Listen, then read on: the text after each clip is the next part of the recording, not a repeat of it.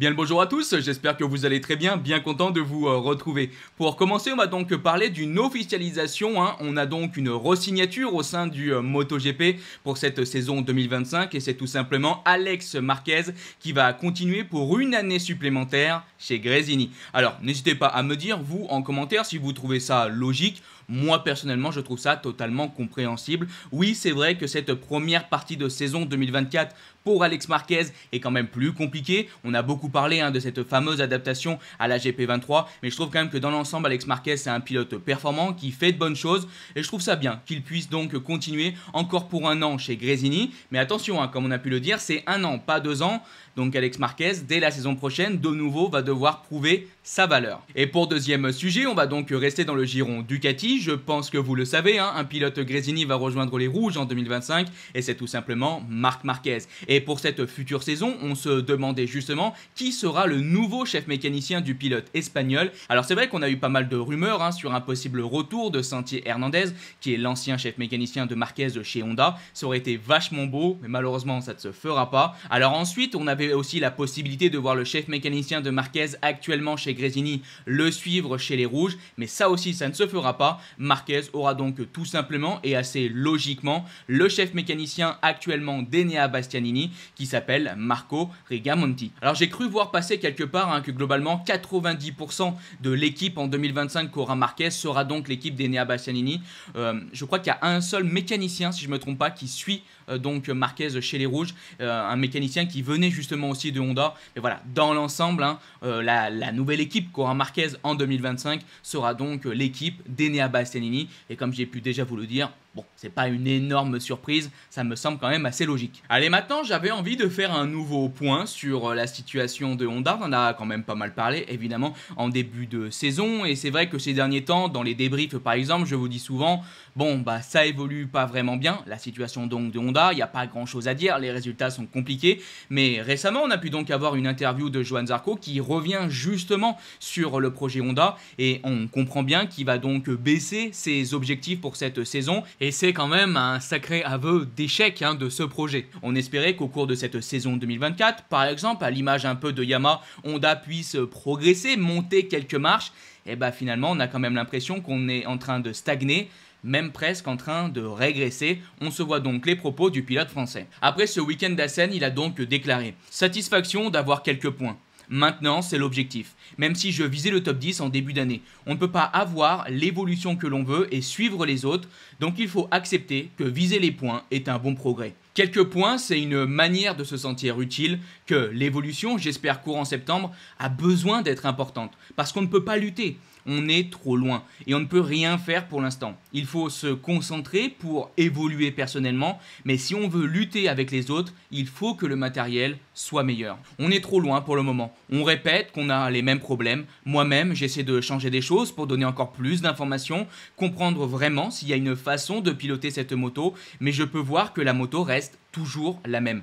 C'est pour ça que c'est bien d'essayer de changer pour donner toujours des commentaires clairs en disant que quelque chose doit changer. Techniquement, je ne peux pas dire quoi, mais maintenant, j'espère qu'après cette course où on a fini si loin, Fabio Quartararo est juste devant nous, mais on est loin du premier et loin de lui. Les changements que l'on aura à l'avenir apporteront des progrès. Sinon, on devra accepter ces conditions et ce n'est pas la façon dont Honda veut courir et dont nous, les pilotes, on veut courir. Bon, je pense que si vous vous demandiez encore comment était la situation de Honda lors de cette saison ou comment était la situation de Johann Zarco sur cette machine avec ses derniers propos, je pense qu'on comprend bien que c'est extrêmement difficile. Alors, c'est évidemment pas une surprise, mais plus je vois les propos du pilote français, plus je m'inquiète parce qu'on comprend avec ses propos, mais aussi de d'autres propos que on a vraiment l'impression que le cœur de cette moto, le prototype en lui-même, en fait ne fonctionne pas et qu'il va falloir repartir à zéro, tout changer. Sauf que ça demande énormément de temps, ça demande énormément d'argent et c'est évidemment difficile de prendre une telle décision quand tu sais que dans 2 ans, on va avoir ce nouveau règlement technique et qu'on va donc, entre guillemets, repartir encore une fois à zéro. C'est tellement triste de voir un aussi grand constructeur, le plus grand constructeur du monde, historiquement le plus grand constructeur, je pense on peut le dire, du MotoGP, être dans une situation où pratiquement tout le temps, les derniers pilotes sont des pilotes Honda. Alors Johann Zarco, lui, arrive encore à sauver un petit peu voilà, la situation, il va chercher quelques points, il arrive à faire quelques bons résultats, il est souvent le premier pilote Honda, c'est très bien, mais on parle de 12e, 13e, 14e place. Donc clairement, je suis assez triste de cette situation, et si on revient en arrière un petit peu lors des tests de Sepang au début de cette saison, moi, si vous vous rappelez bien, j'avais vraiment de bons espoirs, parce que Honda a apporté beaucoup de choses, les pilotes étaient vraiment contents du nouveau prototype, je me rappelle par exemple d'un très bon chrono de Joan Mir à Sepang, donc il y avait vraiment plein de notions positives, et je pense avoir même dit que personnellement, j'étais plus rassuré du projet de Honda que de Yamaha. Bon, maintenant, on est arrivé pratiquement à la fin de cette première partie de saison et on est totalement, et je dis bien totalement, à l'opposé de ce que l'on avait pu entrevoir et imaginer après les tests de Sepang. Donc c'est un vrai coup dur et c'est une véritable déception. Alors c'est une déception pour moi, pour les fans je suppose, mais aussi pour Honda et les pilotes. Et j'ai l'impression que cette situation va durer, à moins de repartir totalement à zéro et d'arriver à réaliser le coup du siècle et de sortir un prototype exceptionnel. Je pense que pour les 2 prochaines années, Honda va continuer de ramer et de ramer. Alors, évidemment, il ne faut pas être médisant, il ne faut pas être défaitiste. Peut-être que Honda va trouver le quelque chose, peut-être que Honda va arriver à redresser la barre et que la situation va totalement se bonifier, si on peut dire ça comme ça. Peut-être, croisons les doigts. Moi, je préfère largement que ça se passe comme ça. Mais tous les voyants que l'on a actuellement, ils ne sont pas au vert, ils sont au rouge. Donc je vous admets que pour l'avenir, pour l'instant, je n'entrevois pas de très grandes choses pour le constructeur japonais. Mais bon, il y a quand même de l'investissement, il y a quand même de grandes nouveautés, de nouveaux pilotes qui signent. La signature de Johann Zarco était quand même, je pense, une signature importante. On a donc officiellement appris que Aleix Espargaro allait donc devenir le pilote test de Honda pour les prochaines saisons. Ça aussi, c'est une très bonne nouvelle. Donc, il y a quand même des bonnes choses autour de ce projet. Donc je peux pas vous dire ça va être génial et ça va super bien fonctionner à l'avenir, j'en sais rien, mais bon, je croise les doigts. Maintenant, pour avant-dernier sujet, on va parler de quelque chose de très surprenant. Je pense que vous ne l'avez pas vu venir. L'équipe Gresini donc en MotoGP, pourrait être tout simplement rachetée par un pilote de Formule 1. Et c'est beaucoup de sources, de médias qui rapportent cette information, comme par exemple The Race, qui est souvent très bien renseigné. Donc, grosse interrogation, est-ce que ça va se faire? Et surtout, qui est ce pilote? Eh bien, c'est tout simplement, apparemment, Lewis Hamilton. Et oui, d'après ses sources, apparemment, le pilote britannique aurait exprimé son intérêt pour l'achat de l'équipe Gresini. Alors ouais, je dois bien vous admettre que ça, je ne l'ai pas vu venir. Alors attention, pour l'instant, rien n'est officiel, ce ne sont que des rumeurs, ce ne sont que des on-dit. Mais ça serait quand même un sacré changement pour Gresini, surtout qu'on pourrait imaginer évidemment que Lewis Hamilton, s'il venait à acheter cette équipe, pourrait amener pas mal de sponsors pour Gresini, pas mal d'argent, pas mal d'investissements, et ça pourrait faire concrètement et réellement évoluer l'équipe italienne au sein donc de cette catégorie. Et moi, ça me plaît bien. L'idée me plaît bien. Ça pourrait aussi amener un petit peu de lumière sur Gresini, mais aussi sur le MotoGP. Bon, je pense que vous le savez, Lewis Hamilton, c'est un sportif qui est énormément suivi. C'est l'un des sportifs dans le monde les plus suivis, qui a le plus d'influence. Et je pense que c'est toujours bien si cette influence, si cette lumière peut être mise donc sur le MotoGP ou encore sur Gresini. Surtout qu'il ne faut pas oublier que Lewis Hamilton, c'est un pilote qui aime aussi beaucoup la moto, qui aime beaucoup le MotoGP. Rappelez-vous, il y avait eu aussi un moment où justement il était monté sur la MotoGP de Valentino Rossi, alors que du coup Rossi lui avait pris la Mercedes de Lewis Hamilton, enfin la Mercedes en F1 évidemment, la monoplace d'Hamilton. Donc bon, c'est aussi quelqu'un qui aime ce sport, qui aime le monde de la moto. Ouais, pourquoi pas, je pense que ça peut bien fonctionner, je pense que ça peut faire entre guillemets un bon mariage. Maintenant, on verra bien comment cette histoire évoluera. Alors juste quand même pour conclure avec les dernières informations qu'on a pu avoir par exemple de motorsport.com, d'après des autres sources, on pourrait aussi avoir une possibilité que ce soit une autre équipe que Gresini qui soit rachetée par Lewis Hamilton. Mais bon, d'après les infos, ça devrait être quand même plus centré sur Gresini si jamais ce projet venait à se réaliser. Et c'est vrai qu'une autre question qu'on peut se poser, c'est quand c'est qu'on pourrait faire donc ce rachat? Alors pour 2025, ça semble déjà un petit peu compliqué parce qu'on est déjà bien avancé dans l'année 2024 et apparemment ce projet pourrait donc plus se concrétiser pour la saison 2026. Allez, maintenant on arrive donc au tout dernier sujet de cette vidéo et on va parler de récents propos de Jack Miller.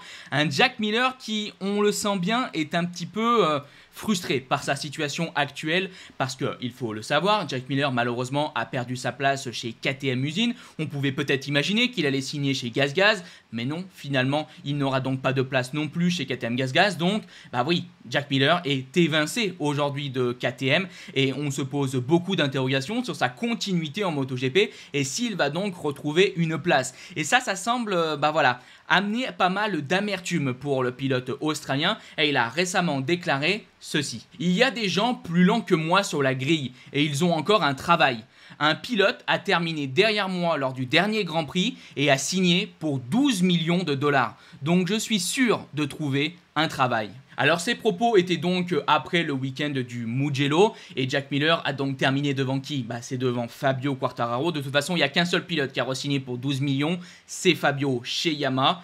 Et donc je trouve bien dommage de voir un Jack Miller casser du sucre sur le dos de Fabio. Parce que oui, clairement, ça laisse entendre que si Fabio Quartararo a pu continuer en MotoGP avec ce contrat de 12 millions d'euros et que il est techniquement moins rapide que Miller parce qu'il a fini derrière lui au Grand Prix du Mugello, alors Miller, lui, il mérite de rester et que c'est sûr qu'il va trouver un boulot. Je trouve que c'est quand même un raccourci bien malheureux de la part de Jack Miller. Alors, bon, on sait que la situation, la relation entre le pilote australien et le pilote français n'est pas au beau fixe. Déjà la saison dernière, il avait cassé du sucre sur le dos de Fabio par rapport au fait que le pilote français, mais aussi Marc Marquez, se plaignait globalement de leur situation chez les constructeurs japonais. Et Miller, sans citer de nom, il faut quand même le dire, mais il avait dit que ceux qui font que se plaindre étaient comme des petits enfants qui jettent, je crois, leurs jouets en dehors de leur lit. Bon, c'est pas nouveau que Jack Miller n'est pas le plus grand ami de Fabio Quartararo. Il y avait eu aussi des petites tensions, je crois que c'était à Mandalika quand Fabio avait essayé de passer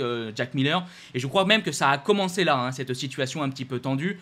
Mais ouais, je trouve ça vraiment dommage parce que qu'est-ce que ça veut dire? Parce qu'un autre pilote a terminé derrière toi et que lui il a un contrat à 12 millions d'euros, et toi ça veut dire que tu es sûr de trouver un travail? Bof, parce que tout simplement il y a un contexte. Fabio Quartararo, oui c'est vrai, il touche 12 millions d'euros, oui c'est un contrat énorme, mais Fabio déjà il est chez Yamaha, il est donc sur une moto qui aujourd'hui est en difficulté, et Fabio ça reste un joyau, un diamant pour Yamaha, et donc ils ne veulent pas le perdre. Le pilote français est aussi champion du monde, tout ça fait que c'est un contexte qui amène à avoir un gros contrat. Jack Miller n'est pas champion du monde, Jack Miller n'est pas essentiel pour son constructeur et justement il vient de perdre sa place, donc c'en est quand même la preuve. Donc je ne comprends pas ce raccourci et je trouve que c'est quand même étonnant même que Jack Miller ait déclaré ça. Je pense que là son vœu c'était de parler de sa situation et aussi de lâcher clairement un petit taquet sur Fabio. Et juste pour terminer, je reviens sur 2 points donc de sa déclaration. Il dit déjà donc qu'il a terminé devant le pilote français et j'ai envie déjà de répondre mais heureusement qu'avec une KTM t'arrives quand même à être devant Fabio, et j'ai envie justement de revenir là-dessus quand il dit qu'il y a des gens qui sont plus lents que lui sur la grille et qu'ils ont encore un travail donc pour cette prochaine saison. Et regardons le classement du championnat du monde. Au championnat du monde, Jack Miller il est donc 15e, derrière qui? Derrière Fabio Quartararo, donc déjà ça me fait avoir un petit rictus quand même. Mais bref, les pilotes qui sont donc derrière lui dans ce championnat. On a tout d'abord Lorenzo Savadori, c'est un pilote test, Paul Espargaro c'est un pilote test, Stefan Bradl c'est un pilote test, Luca Marini, il y a un contexte, il est sur une machine japonaise, on sait évidemment que c'est compliqué pour eux, et surtout Marini a encore donc un travail, un contrat pour 2025 parce qu'il a signé pour 2 ans à la fin donc de l'année dernière. Ensuite, on a Dani Pedrosa, pilote test. Takeaki Nakagami n'a pour l'instant pas de contrat pour 2025 et il y a de grandes chances qu'il perde sa place. Ensuite, on a Alex Rins qui n'a pas non plus re-signé chez Yamaha. Pareil, c'est quand même un contexte. Il a la Yamaha, une moto bien moins performante évidemment que la KTM. Ensuite, on a Johan Zarco. Alors bon, pareil, contexte, il a une Honda et surtout, oui, lui, il a donc encore une année de contrat jusqu'à la fin de la saison 2025 plus une en option parce que il a signé tout ça à la fin de l'année dernière. Ensuite, on a Joan Mir, donc pareil, contexte, il a une Honda et lui n'a donc pas re-signé pour l'instant. On a ensuite Augusto Fernandez, voilà, lui il a une KTM, il n'a pas non plus re-signé et il a perdu sa place. Et on peut dire quand même logiquement. Ensuite, on a Miguel Oliveira, premier pilote où je me dis, bon, oui, Miguel Oliveira devrait faire mieux. Il a une Aprilia. Et là, oui, allez, on peut dire que Miller a un peu plus de vitesse pour l'instant qu'Oliveira. Mais Oliveira n'a pas non plus re-signé pour 2025. Pour l'instant, Oliveira n'a toujours pas de contrat. Et donc, on arrive ensuite à Jack Miller.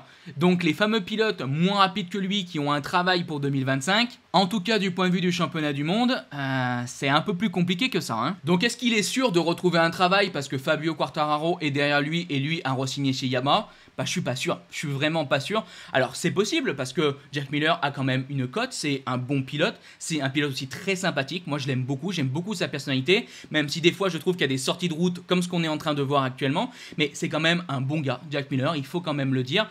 Et je pense qu'il peut aussi apporter à notre constructeur, comme par exemple Honda. Mais là, quand il sera justement sur une Honda, on verra ses résultats et on verra s'il termine devant Fabio Quartararo. Je ne suis pas sûr. Donc bon, est-ce qu'il peut trouver un travail encore en MotoGP? Oui. Mais Jack Miller a clairement une épée de Damoclès au-dessus de la tête et c'est dû à ses mauvais résultats, à ses contre-performances chez KTM. Et on ne peut qu'espérer que dans cette deuxième partie de saison 2024, il arrive justement à trouver voilà, un petit peu plus de vitesse, à aller chercher de meilleurs résultats chez KTM pour sauver sa place en MotoGP.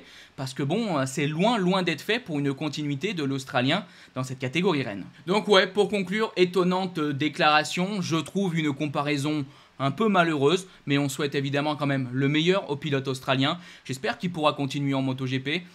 On verra bien ce qu'il se passera. N'hésitez pas une nouvelle fois à me donner votre avis en commentaire.